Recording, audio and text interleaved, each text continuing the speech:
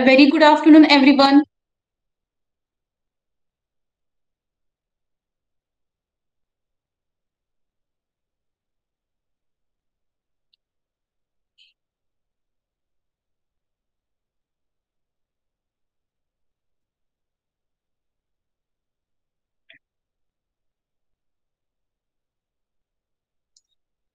Rutuja, Jagruti, good afternoon.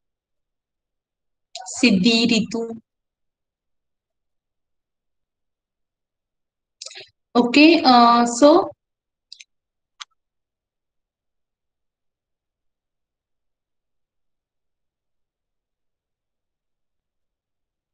in your timetable, today's lecture is given for project work,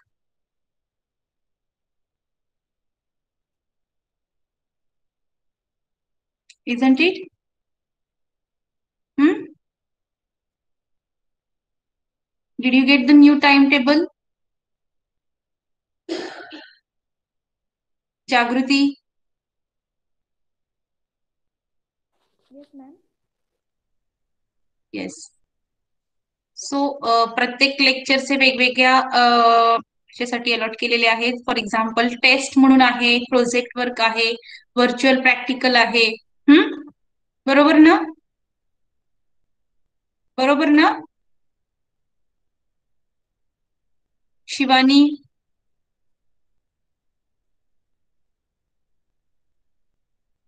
संयुक्ता काय म्हणते?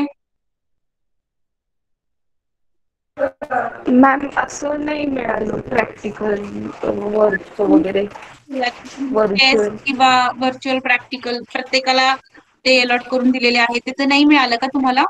नाही नाही. Okay. So आजचं जे तिसरं लेक्चर आहे ते आपण ऍक्च्युली प्रोजेक्ट वर्क साठी वापरायचं आहे. तर त्यातला एक अर्धा तास आपण प्रोजेक्ट वर्क साठी सुरुवातीचं थोडंसं डिस्कशन करू. तुमचं काय काम चालू आहे, मागच्या वेळी जे आपण इनोव्हेटिव्ह आयडियाज किंवा कन्सेप्ट बद्दल बोललो त्याच्याबद्दल आपण थोडंसं डिस्कस करूया आणि नंतर मग आपला टॉपिक थोड्या वेळ आपला टॉपिक घेऊयात. ओके.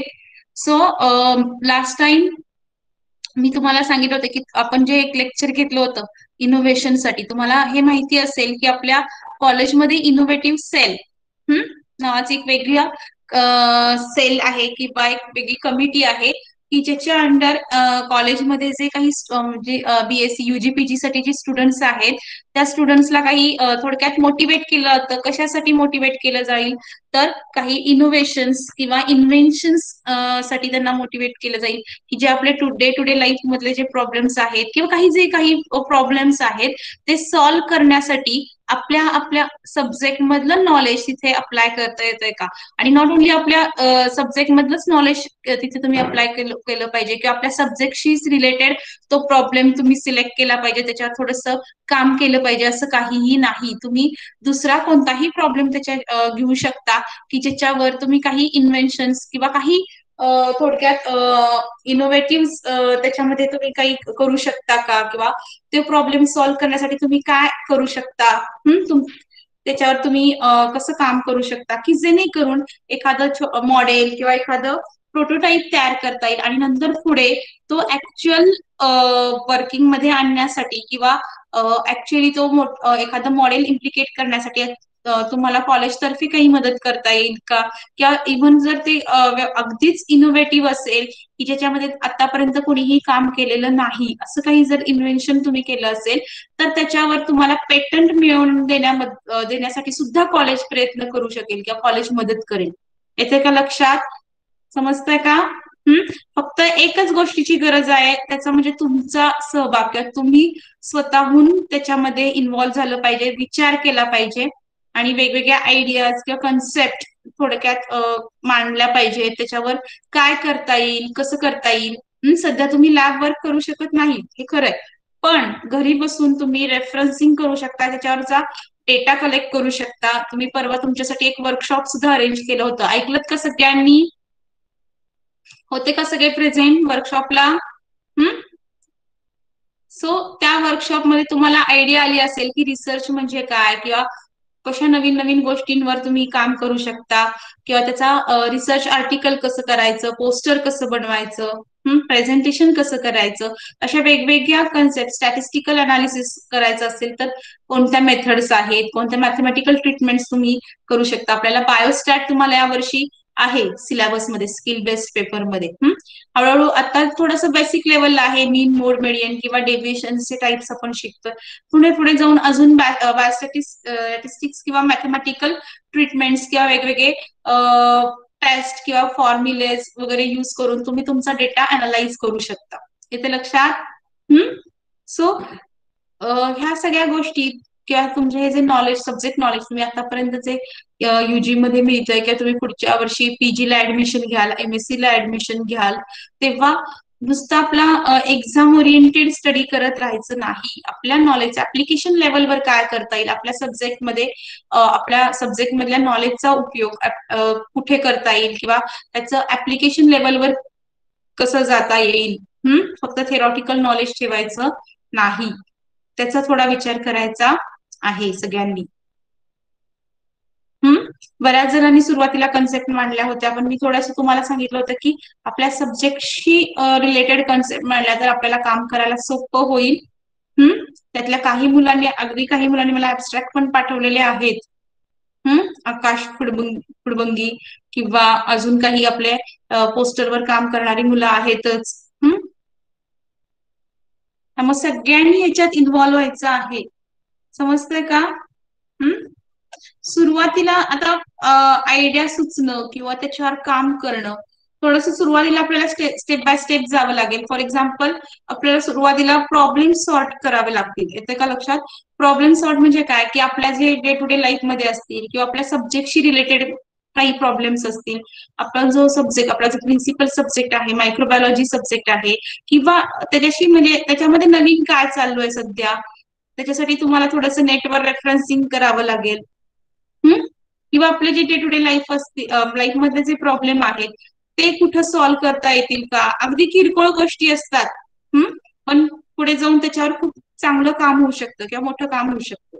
त्यामुळे सुरुवातीला आपल्याला प्रॉब्लेम डिटेक्ट करणं, प्रॉब्लेम सॉल्व्ह करणं ही पहिली स्टेप असते नेहमी.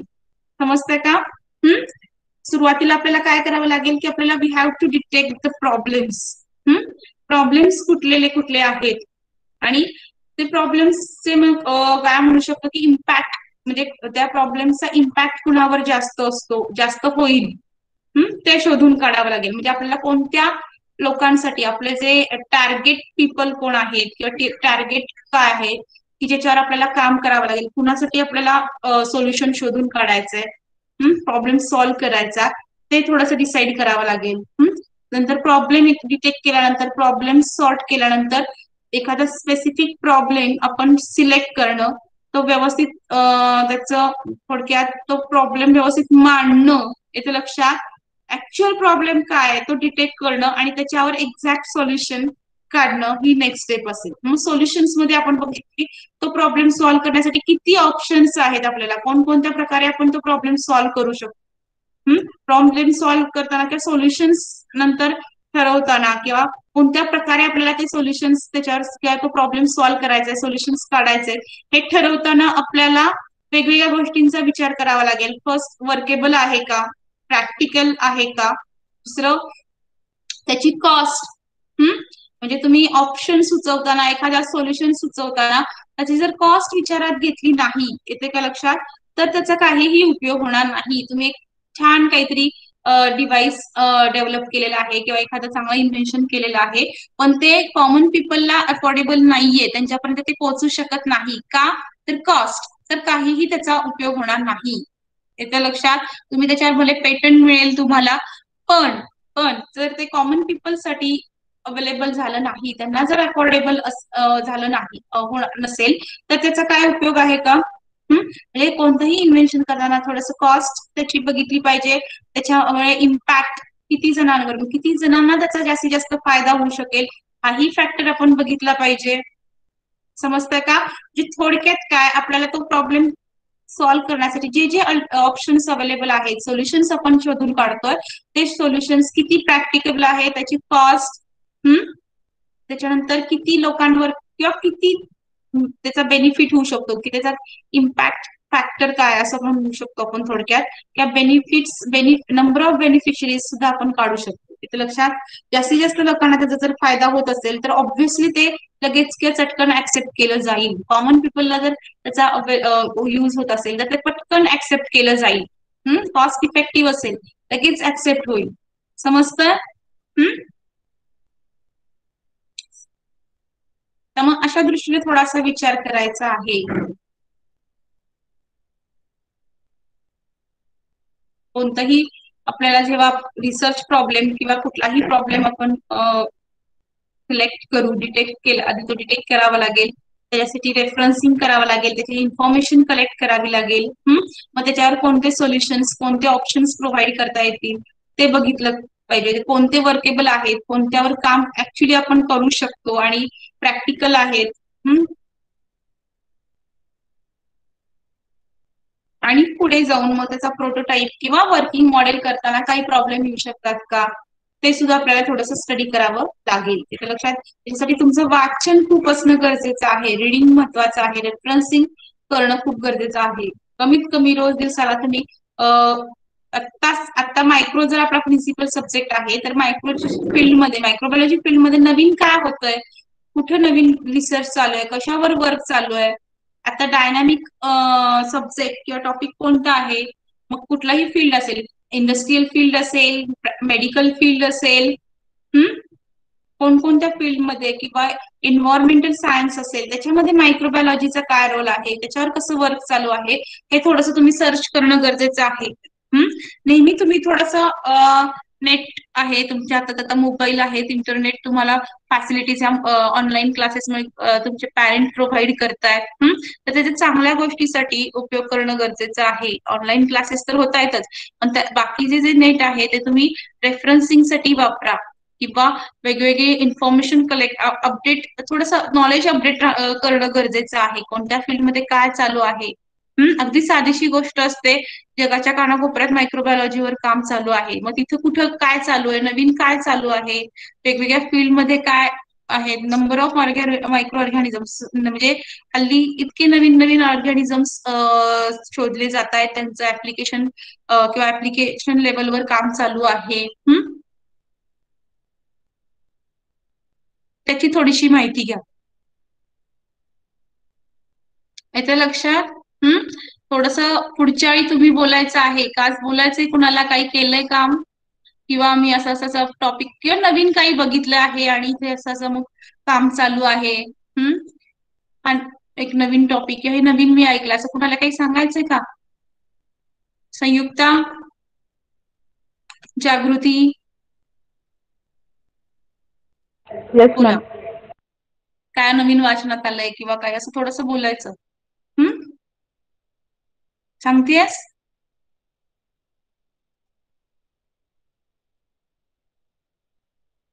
दीक्षा,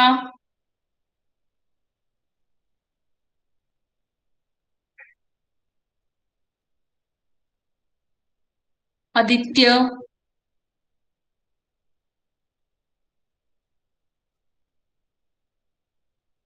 पुढच्या वेळी असं हे करायचं नाही. काहीही असेल, तुम्ही जे वाचनात तुमच्या आलेलं आहे, कुठे किंवा तुम्हाला कोणत्या टॉपिकवर काम करायला आवडेल याबद्दल बोलायचं आहे.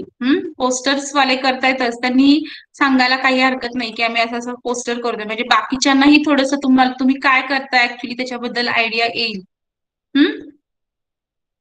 काही हरकत नाही की तुम्ही काय काम करताय, कशाबद्दल तुम्ही ऍक्च्युली वर्क चालू आहे, कशा प्रकारे तुम्ही पोस्टर बनवताय किंवा रिसर्च आर्टिकल लिहिताय. आहेत का कोणी प्रोजेक्ट मधले? Pragya, yes ma'am. सांग 2 मिनिटं काय करतेस, कशावर काम करताय काय? आमच्या पोस्टरचं नेम आहे study of antibacterial activity of traditional medicinal plant. त्याच्यामध्ये आम्ही 2 सब्जेक्ट सिलेक्ट केलेत, 2 प्लांट सिलेक्ट केलेत, बरं. नीम आणि गुळवे. तर त्याची मग आम्ही त्याच्यावरती किती रिसर्च झालाय किंवा अजून किती रिसर्च म्हणजे चाललंय किंवा ते आम्ही बघतोय गुगल स्कॉलरवरती. ते म्हणजे रिसर्च पेपर रीड करतोय आणि लिहितोय आणि बरं. अजून त्याच्या विचार करतोय, अजून त्याच्यापेक्षा काही म्हणजे म्हणजे अफोर्डेबल असं काही आपल्याला एक्सपेक्ट तयार करता येईल का मेडिसिनल पर्पजेससाठी? तर त्याचा हम्म. एक विचार करतोय अजून. बर, ठीक आहे. गुड. अजून कोण थँक्यू. आहे? सांगेल असं कोणाला सांगायचंय, बोलायचंय? कोण आहे अजून?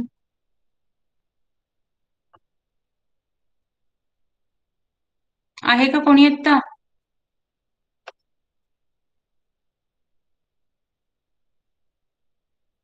ऍक्च्युली माझ्या नाव नाही लक्षात नाही, तर मी आता विचारलं असतं कोण कोण आहे ग्रुपमध्ये, पोस्टर किंवा रिसर्च ग्रुपमध्ये. अस्मिता आहे मला वाटते ना. Asmita D K, hello miss. करतेस कशावर? येस, कशावर काम करतेस? Yes miss. Isolation of phosphate solubilizing microorganism and their application in agriculture हा सब्जेक्ट आहे. बर तर त्याच्यावरती चाललेले व्हिडिओज, पीपीटी किंवा अजून काही असेल ते मटेरियल आम्ही सर्च करतोय, रिसर्च आर्टिकल्स वगैरे. बर बर, काम चालू ठेवायचं आहे आणि बाकीच्यांनीही सुद्धा ह्याच्यामध्ये ऍक्टिव्हली पार्टिसिपेट व्हायचं आहे. फक्त पोस्टर पुरतच हे आपलं नाहीये, तर अजूनही त्यांना वेगवेगळे जर तुम्ही कन्सेप्ट मांडल्या तर तुम्हाला पुढे त्याच्यावर गाईड केलं जाईल आणि पुढे इव्हन त्याच्यावर काम करण्यासाठी सीड मनी दिला जाईल. म्हणजे थोडक्यात तुम्हाला इकॉनॉमिकल सपोर्ट हवा असेल तर तोही थोडाफार, म्हणजे जेवढा शक्य आहे तेवढा देण्यात येईल. त्याचबरोबर पुढे त्याचा प्रोटोटाईप किंवा वर्किंग मॉडेल करण्यासाठी सुद्धा मदत केली जाईल. पेटंट जर होत असेल तर इव्हन त्या साठी सुद्धा जेवढी शक्य आहे, जेवढी सर्वतोपरी मदत कॉलेज करायला तयार आहे. फक्त तुमचे गरज कशाची की तुम्ही इनिशिएटिव्ह घेणं गरजेचं आहे, तुम्ही काम करणं गरजेचं आहे. इथे लक्षात. आज संख्या एवढी कमी का? 39.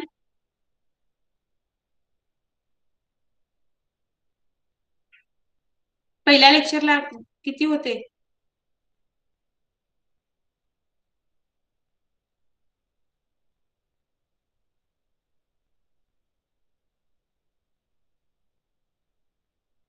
40-45 पर्यंत होते ma'am. Okay.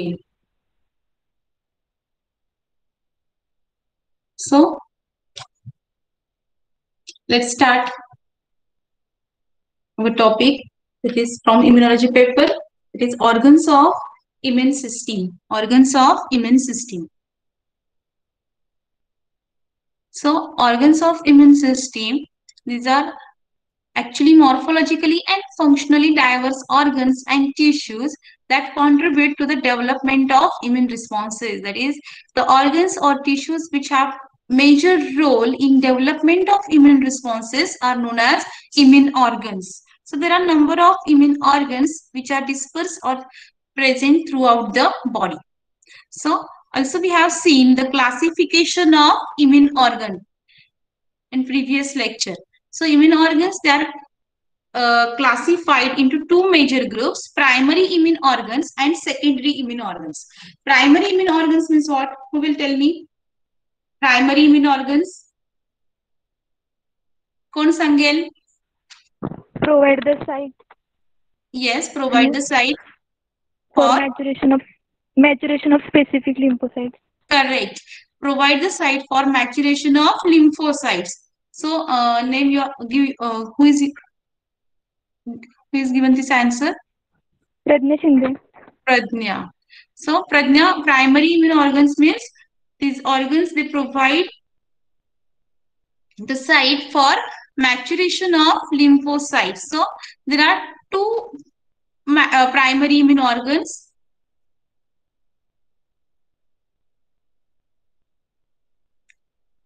Can you tell me the name of primary immune organs? Thymus and bone marrow. Thymus and bone marrow. Good. So, primary immune organs. Yes, thymus and bone marrow, these are two primary immune organs. These organs provide the site for maturation of lymphocytes. So in thymus, T lymphocytes mature, while in bone marrow, B lymphocytes mature. So what is meant by maturation, or what actually occurs during the maturation process? During maturation, these specific lymphocytes, they acquire or they get as antigen specific receptor. Specific lymphocytes means B lymphocytes and T lymphocytes. So these lymphocytes, they acquire or they get antigen specific receptor, and so during after maturation these lymphocytes or this T and B lymphocytes, they become immunocompetent, that is now they are ready to mount an immune responses. So this maturation process, it takes place in primary immune organ, that is in thymus T lymphocyte mature, and in bone marrow B lymphocyte mature, while secondary immune organs,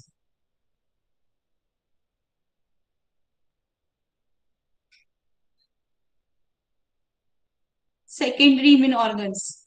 Can you tell me about the secondary immune organs? What are the secondary immune organs? Sayukta? Lymph node and spleen. Yes, lymph nodes, spleen, and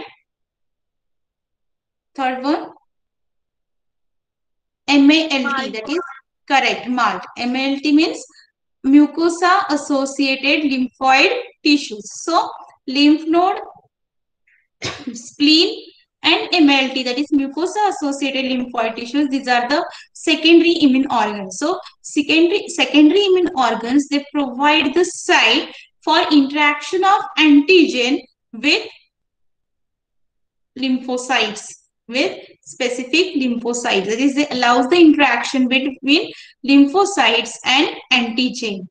समजतंय का?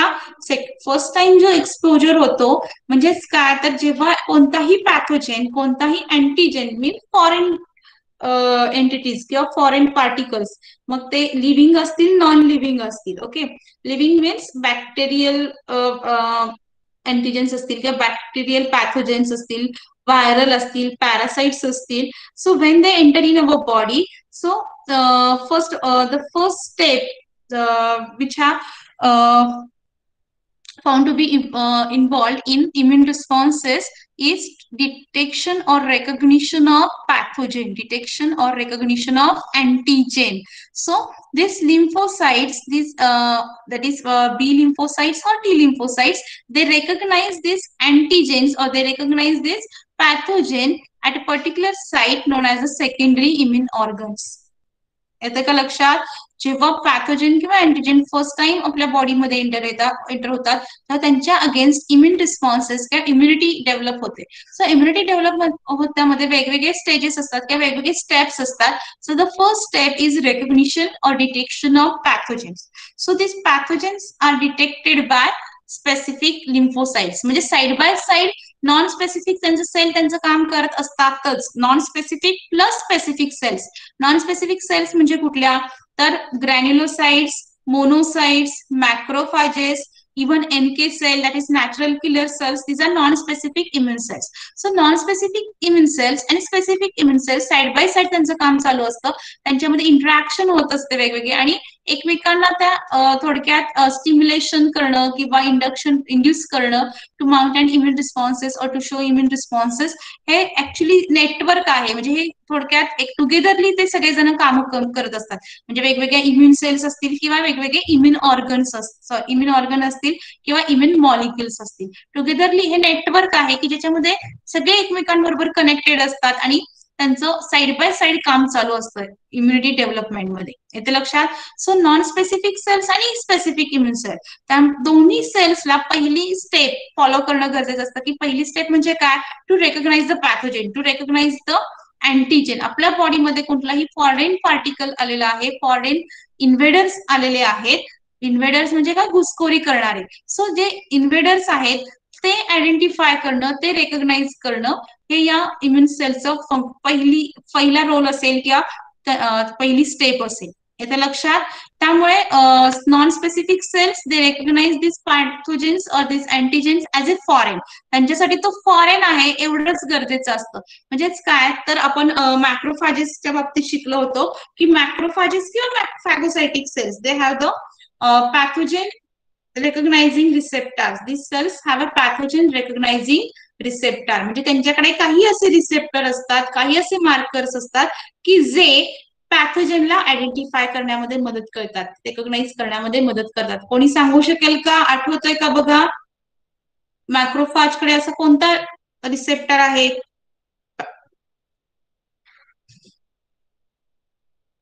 Pathogen रिकॉग्नायझिंग receptor और pathogen रिकॉग्नायझिंग protein आठवते का? कोण सांगू शकेल? Toll like receptor, TLR, toll-like receptor. Macrophages or most of the other non-specific cells like granulocytes or phagocytic cells. These cells have toll-like receptor or scavenger receptors on their surface. So with the help of these toll-like receptors, they can recognize the foreign invaders, or they can recognize the pathogens, or they recognize the microorganisms. For example, toll-like receptor, they can recognize the pathogen associated molecular patterns. That is, these microorganisms or have yes. Hello हा ma'am. बोल. Ma'am तुम्ही slide दाखवताय का? हो, दिसत नाहीये का? Immune सेलची slide दिसते फक्त आम्हाला, इम्युन ऑर्गन्सची पहिली स्लाइड. पुढे आलं नाहीये का? नाही नाही, एकच होती स्लाइड चालू. ही दिसते का इम्युन ऑर्गन्स क्लासिफिकेशन? हा हा हा, हेच दिसत होतं फक्त, हा पुढचं नव्हतं दिसत. हा, हेच दाखवते मी अजून. हा, तेच विचारत होतो. हा, सॉरी. हेच चालू आहे. हा, आता आपण जस्ट मागच्या वेळी जे बघितलं होतं ते. So the first step is to recognize the pathogens and which occurs with the help of the specific receptor. Non-specific immune cells like phagocytic cells, they recognize the pathogen with the help of the pathogen recognizing receptor. For example, toll-like receptor or scavenger receptor. So this receptor, they recognize the pathogen with the help of this receptor. Also, they recognize the specific motifs or the specific chemical entities present on the surface of pathogens. And these entities or these motifs are known as pathogen associated molecular patterns. For example, peptidoglycan, teichoic acid, flagellin protein of flagella. So these different chemical moieties or the different chemical entities, they are specific to pathogen or specific to microorganisms. For example, peptidoglycan is found only in bacterial cell wall. आपल्याला आपल्या युकॅरियोटिक सेल्सला sale wall असत नाही, समजतंय का? आणि त्यामुळे तिथं पेप्टिडोग्लायकॅन, आपल्या बॉडीमध्ये पेप्टिडोग्लायकॅन हा केमिकल कंपाऊंड असणारच नाही. येतं लक्षात? So this peptidoglycan, it is found only on the surface of bacterial cell wall, or they are present on the surface of bacterial cell in cell wall. Okay, so this pathogen associated molecular pattern, जे फक्त pathogens कडेच काही chemical compounds आहेत, जसं पेप्टिडोग्लायकॅन, फ्लॅजेलिन proteins, ते हे phagocytic cells किंवा non specific cells recognise करतात, की जेणेकरून त्यांना स्टिम्युलेट केलं जाईल किंवा त्यांना सिग्नल मिळेल थोडक्यात, की फॉरेन इन्व्हेडर्स किंवा पॅथोजेन्स आपल्या बॉडीमध्ये आलेले आहेत आणि त्याच्या अगेन्स्ट इम्युन रिस्पॉन्सेस दाखवायचे आहेत किंवा इम्युनिटी डेव्हलप करायची आहे. पण हे झालं नॉन स्पेसिफिक सेलच्या बाबतीत. Okay, specific cells, they recognize the antigen or they recognize the pathogen with the specific receptor, and this recognition step, that is recognition of pathogen by specific lymphocyte, it takes place in secondary immune organs, and these immune organs are lymph node, spleen and MALT, that is mucosa associated lymphoid tissues. Mucosa associated lymphoid tissues, it is further classified into 3 to 4 groups according to their location. If these lymphoid tissues are present in gut mucosa, it is known as gut associated lymphoid tissues. Cutaneous associated lymphoid tissues for the presence of lymphoid tissues in skin layer, and third, BALT, that is bronchus associated lymphoid tissues for the presence of lymphoid tissues in respiratory mucosa or mucosal lining. Okay, so these are the immune organs.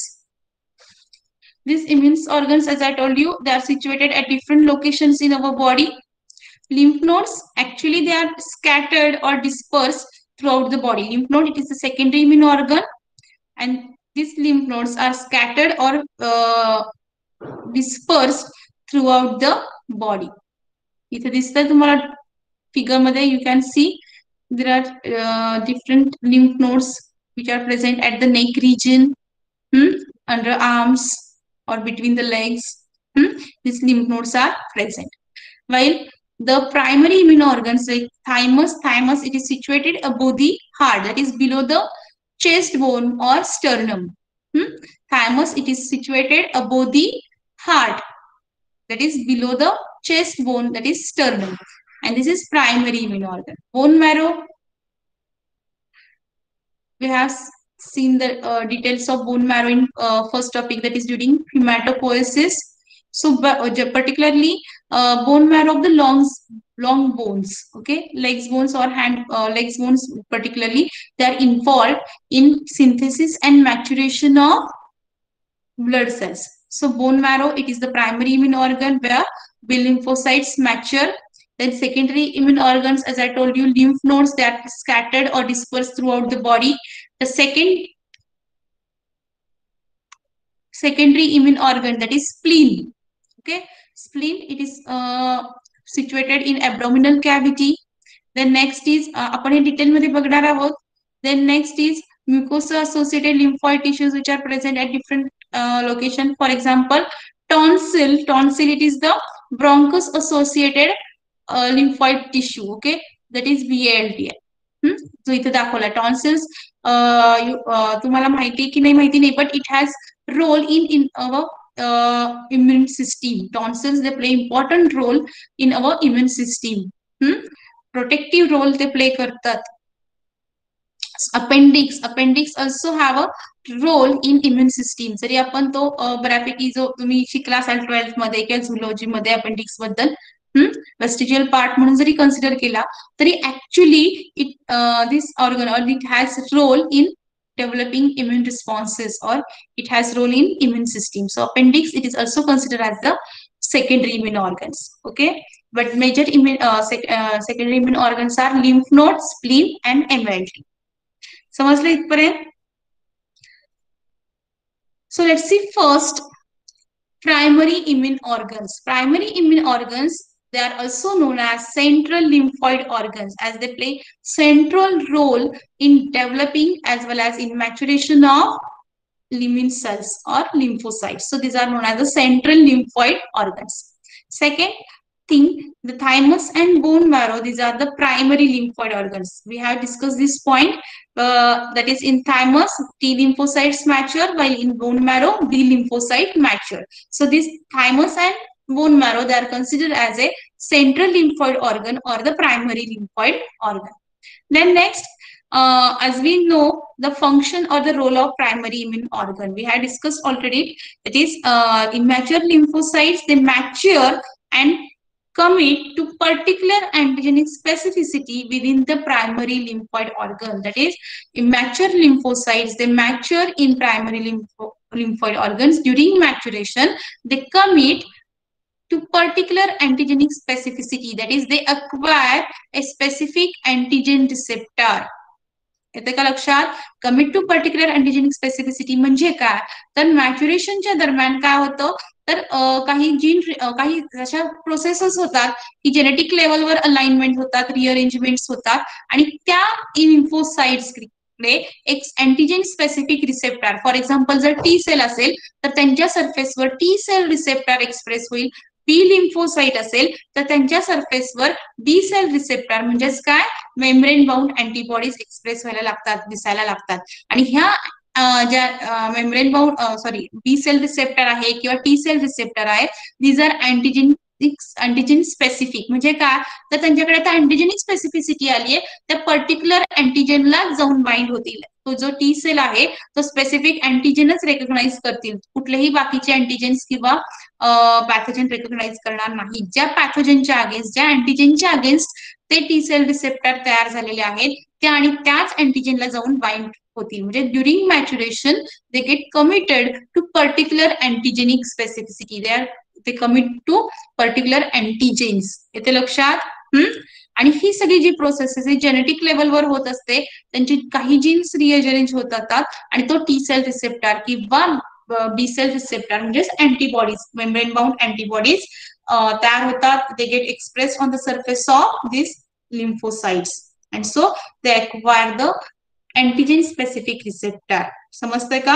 आणि त्याच्यामुळे आपण त्यांना म्हणतो की After maturation, these cells become immunocompetent and they commit to particular antigens. ते suppose साल्मोनेलाच्या against जर त्यांच्याकडे अँटीजेनिक specificity आली असेल तर ते जेव्हा साल्मोनेलाचं इन्फेक्शन होईल तेव्हा साधारण त्याच ऑर्गॅनिझम्सला डिटेक्ट करतील, त्याला जाऊन बाइंड होतील, दुसऱ्या पॅथोजनच्या अगेन्स्ट ते जाणार नाही, दुसऱ्या पॅथोजनला ते डिटेक्ट करू शकत नाहीत because they have the antigen specific receptor. ज्या पॅथोजनच्या अगेन्स्ट, ज्या अँटीजेनच्या अगेन्स्ट त्यांच्याकडे तो अँटीजेनिक स्पेसिफिक रिसेप्टर आहे, कोणतं अँटीजेनिक स्ट्रक्चर ते आयडेंटिफाय करू शकतात, कॉम्प्लिमेंटरी स्ट्रक्चर जिथं तयार झालंय त्याच अँटीजेनला ते जाऊन बाइंड होतील. मीन्स दे गेट और दे एक्वायर अँटीजेनिक स्पेसिफिसिटी. समजतोय का हा पॉइंट? आणि ही जी सगळी प्रोसेस आहे ही अँटीजेन स्पेसिफिक रिसेप्टर तयार होणं, टी सेल रिसेप्टर किंवा B cell receptor, the whole process it takes place during the maturation of lymphocytes in primary immune organs or primary lymphoid organs. So as I told you, after maturation these lymphocytes are known as immunocompetent, that is they are capable of mounting responses, immune responses. So primary immune organs, thymus and bone marrow. Let's see first primary immune organ, that is thymus. So as we know, all blood cells including immune cells, they arise in bone marrow. So obviously T lymphocyte, it also arises in bone marrow, but they develop and mature in thymus. Though T lymphocytes, they arise or they are made in bone marrow during the process of hematopoiesis, they develop and mature in thymus. जरी ते bone marrow मध्ये तयार होत असले तरी जे actual development आहे, maturation आहे, it takes place in primary lymphoid organ, that is thymus. So thymus is primary lymphoid organ. Let's take information about the thymus. Thymus, it is the flat bilobe organ situated above the heart.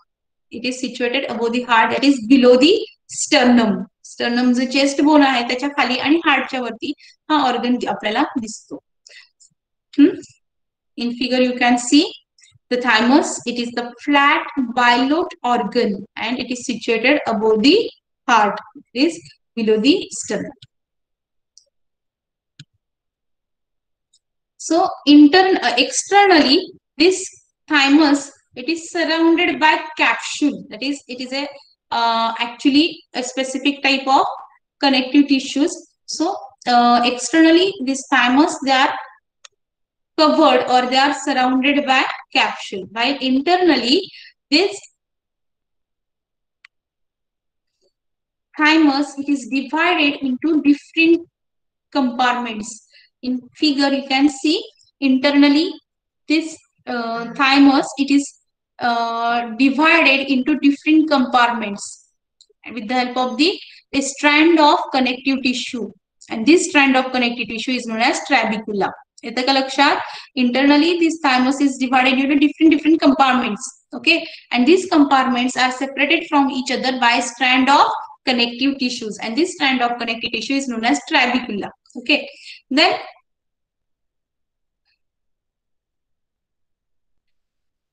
these compartments again divided into two parts or two areas. The outermost region, this is outermost region, it is known as the cortex. Cortex, it is the outermost region of this compartment, which is known as the cortex, and while the inner region is known as the medulla.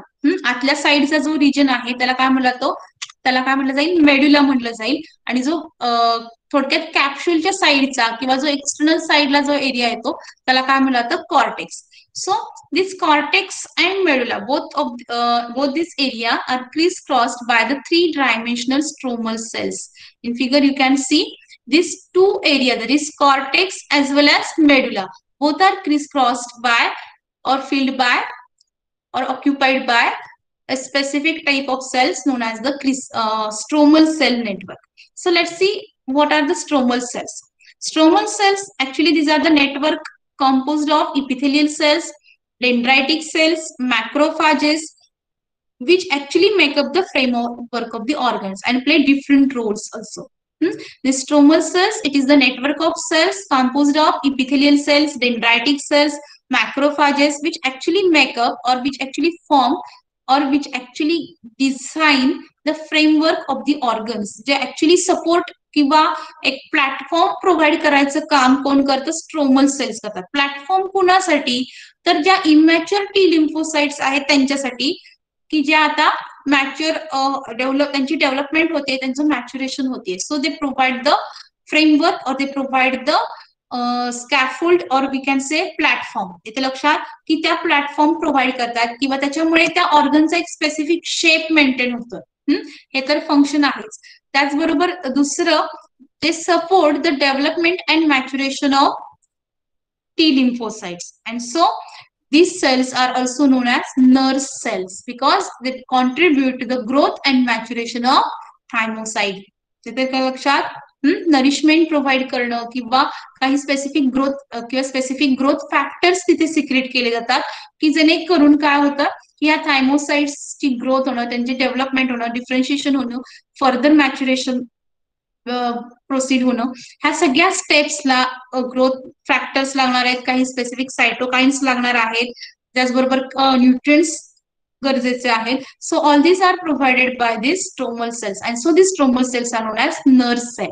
समजतंय का? So this both area, that is cortex and medulla of the thymus, that is caused by three-dimensional stromal cells. What are the stromal cells? Actually stromal cell म्हणजे कुठली specific cell, single cell नाहीये. It is a network of different types of the cells. These are composed of epithelial cells, dendritic cells, macrophages, which actually make up the framework of the organ, which provide the support or which provide the platform for the immature T lymphocytes to mature. इथे लक्षात, or further their development. So these cells are known as the nurse cells. म्हणजे फक्त त्या ऑर्गन्सला support किंवा fill up करायचं काम करत नाहीये, फ्रेमवर्क प्रोव्हाइड करायचं काम करत नाहीये, तर they also secrete the different growth factors, they also provide the different nutrients to this developing T lymphocytes or immature T lymphocytes, and so these cells are known as the nurse cells. Okay, that is they contribute to the growth and maturation of thymocytes. So these different stromal cells like epithelial cells, you can, in figure you can see इथे जो थोडीशी एक shape sale दिसते, it is cortical epithelial cells. Cortical epithelial cells because it is present in cortical region, while when it is present in medulla region, it is known as the medullary epithelial cells. Okay, so these epithelial cells, as well as there are some dendritic cells, some macrophages are also there. So these all types of cells, they compose or they form a network of stromal cells. एक network तयार होतं की थोडक्यात एक cells, वेगवेगळ्या cells तिथे present आहेत आणि मेजर रोल्स किंवा मेजर फंक्शन काय आहे स्ट्रोमल सेलचं? First, to provide the framework और to provide the platform to the developing or immature T cells. They also secrete the different cytokines, growth factors, that is for supporting the maturation of immature T lymphocytes. And so these are also known as the nurse cells. Nourishment provide करायचं काम ह्या cells करतात. त्यांचं complete maturation करून घेणं, घडवून आणणं किंवा त्यांची डेव्हलपमेंट करून घेणं किंवा इम्युनोकॉम्पिटंट टी लिम्फोसाइट्स तयार होणं, ह्या सगळ्या प्रोसेसमध्ये या स्ट्रोमल सेलचा मेजर रोल असतो. And so this cells are known as the nurse cells. इथपर्यंत लक्षात आलं? So let's see the function of thymus. Function of thymus. First, generation and selection of repertoire of T cells that will protect the body from infection. The major function of thymus is to generate and to select the T lymphocytes which will protect the body from infection. That is, we have thymus has to generate and select the immunocompetent T cells.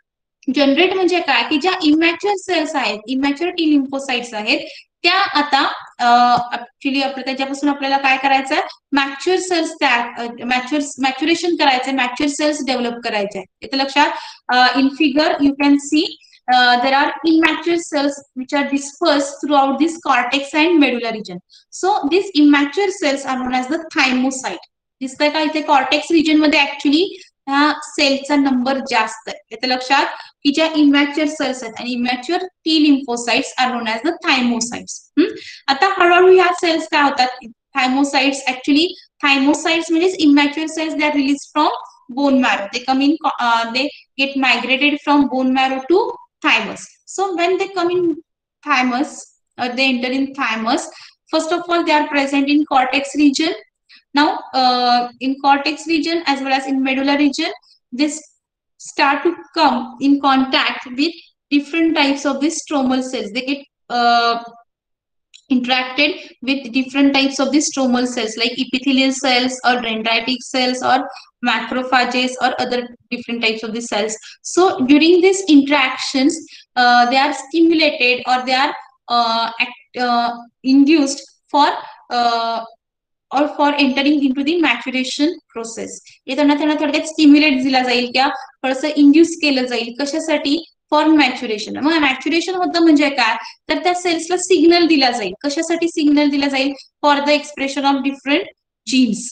येते लक्षात, or the for the rearrangement of different genes. आता different genes कुठले, तर ह्या hole maturation प्रोसेसमध्ये काय होत आहे की ह्या ज्या इमॅच्युअर थायमोसाइट्स आहेत त्या काय होत आहेत, मॅच्युअर होत आहेत. मॅच्युअर होत आहेत म्हणजे काय, दॅट इज दे एक्वायर और they get the immunocompetent antigen specific receptor, की जे आता इम्युनोकॉम्पिटेंट होत आहेत. आणि इम्युनोकॉम्पिटेंट होत आहेत म्हणजेच काय, now they are capable of mounting immune response. म्हणजे कधी इम्युन रिस्पॉन्स दाखवतील, जेव्हा त्यांच्याकडे अँटीजेन स्पेसिफिक रिसेप्टर येईल. आणि हा अँटीजेन स्पेसिफिक रिसेप्टर तयार व्हायचा असेल तर जेनेटिक लेवलवर काही चेंजेस होणं गरजेचं आहे, काही जीन्स एक्सप्रेस होणं गरजेचं आहे, जीन्स अरेंजमेंट होणं गरजेचं आहे, तरच तो अँटीजेन स्पेसिफिक रिसेप्टर येईल. म्हणजे प्रत्येक सेलकडे वेगळा अँटीजेन स्पेसिफिक रिसेप्टर असेल. टी लिम्फोसाइट्स, इथं number of T lymphocytes generate होणार आहेत, नंबर ऑफ थायमोसाइट्स आहेत. पण ह्या थायमोसाइट जेव्हा त्या मॅच्युरेशन प्रोसेस मधून जातील त्या प्रत्येक सेलकडे एक स्पेसिफिक अँटीजेन स्पेसिफिक रिसेप्टर आलेला असेल. म्हणजेच काय, तर त्या इम्युनो कॉम्पिटंट होतील. आणि त्या सेलचा जो अँटीजेन स्पेसिफिक रिसेप्टर आहे तो प्रत्येकीचा वेगळा असू शकतो. प्रत्येकीकडे वेगवेगळ्या अँटीजेनसाठीचे रिसेप्टर्स आलेले असणार आहेत. आणि हे वेगळेपणा किंवा ही डायव्हर्सिटी केव्हा जनरेट होईल, इट जनरेट्स और it actually generates when the changes takes place at the genetic level. इथे लक्षात, जेनेटिक लेवलवर जेव्हा चेंजेस होतील, काही जीन एक्सप्रेस होतील, काही जीन रिअरेंजमेंट करावी लागेल. ही ऍक्च्युअली प्रोसेस तुम्ही नंतर अँटीबॉडी प्रोडक्शन मध्ये शिकाल. तर त्याच्यामध्ये जीन रिअरेंजमेंट होईल, काही जीन एक्सप्रेस होतील. ही सगळी प्रोसेस मॅच्युरेशनच्या दरम्यान होईल. आणि after maturation these cells become immunocompetent. They acquire the antigen specific receptor. आता त्यांच्याकडे अँटीजेन स्पेसिफिक रिसेप्टर येईल किंवा त्यांच्याकडे तो एक त्यांच्या सेल सरफेसवर एक्सप्रेस होईल. म्हणजे generation of immunocompetent T lymphocyte. Second काय सांगितलं, तर सिलेक्शन. सिलेक्शन हा पॉईंट आपण डिटेलमध्ये डिस्कस करणार आहोत. म्हणजे ज्या इम्युनोकॉम्पिटंट टी लिम्फोसाइट्स आता तयार झालेल्या आहेत इन थायमस, त्या इम्युनोकॉम्पिटंट टी लिम्फोसाइट्स ह्या सेल्फ रिएक्टिव्ह आहेत का. सेल्फ रिएक्टिव्ह म्हणजे काय, तर आपल्याच बॉडीमध्ये आपल्याच ज्या वेगवेगळ्या सेल्स आहेत, टिश्यूज आहेत, त्याच्यावर काही अँटीजेन्स प्रेझेंट असणार आहेत. त्या अँटीजेन्सच्या अगेन्स्ट त्या ऍक्ट होत आहेत का, त्या अँटीजेनला जाऊन बाइंड होत आहेत का. सपोज अशा टी लिम्फोसाइट जर आपल्या सेल्फ अँटीजेनच्या अगेन्स्ट रिएक्टिव्ह असतील तर ऑटो इम्युन सारखी कंडिशन डेव्हलप होते. Autoimmune means self immune means immunity develop होणं. म्हणजे सेल्फ अँटीजेन्सच्या अगेन्स्टच इम्युनिटी डेव्हलप व्हायला लागली तर ह्या टी लिम्फोसाइट्स आपल्या self tissue self cells destroy करायला लागतील, त्यांना किल करायला लागतील आणि ऑटोइम्युन डिसीजेस तिथं डेव्हलप होतील. म्हणजे ही थोडीशी सिव्हिअर कंडिशन तिथे डेव्हलप होऊ शकते जर ह्या ज्या mature T lymphocytes self reactive असतील, जर ते सेल्फ अँटीजेन रिकॉग्नाइज करायला लागल्या तर. आणि त्यामुळे अशा इम्युनोकॉम्पिटंट टी लिम्फोसाइट डिरेक्टली बाहेर रिलीज करून उपयोग नाही. त्यांचा आधी चेकिंग केलं जाईल, सिलेक्शन केलं जाईल. कशासाठी, की त्या सेल्फ रिएक्टिव्ह आहेत का, त्या सेल्फ अँटीजेनच्या अगेन्स्टच काम करतायत का. येते लक्षात. बऱ्याच वेळा काय होतं, ऍक्च्युली अपेक्षित काय आहे की ह्या टी लिम्फोसाइट्सनी नॉन सेल्फ अँटीजेन म्हणजे फॉरेन अँटीजेन रेकॉग्नाइज करणं आणि त्याच्या अगेन्स्ट इम्युन रिस्पॉन्सेस दाखवणं. पण जर त्या सेल्फ अँटीजेन रेकॉग्नाइज करायला लागल्या तर मात्र ऑटो इम्युन कंडिशन्स डेव्हलप होऊ शकतात, सिव्हिअर कंडिशन डेव्हलप होऊ शकते. त्यामुळे अशा मॅच्युअर टी लिम्फोसाइट्स थायमस मधून बाहेर रिलीज करण्याआधी त्यांचं विगरस सिलेक्शन प्रोसेसला त्यांना सामोरं जावं लागतं आणि त्या थ्रू त्या ज्या नॉन सेल्फ किंवा फॉरेन अँटीजेन रेकग्नाइज करतात अशा सेल्स तिथे रेकग्नाइज केल्या जातात. सेल्फ रिएक्टिव्ह सेल्स इथे डिस्ट्रॉय केल्या जातात. इथे लक्षात. So the major function of thymus is to generate and to select the T cell repertoire which are immunocompetent. इथे लक्षात. समजतंय का? हा पॉइंट समजलाय का सगळ्यांना? समजलंय सगळ्यांना? Primary immune organs, Prajakta, Prashant.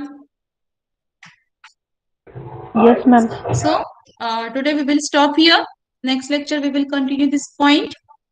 So thank you. Have a good day.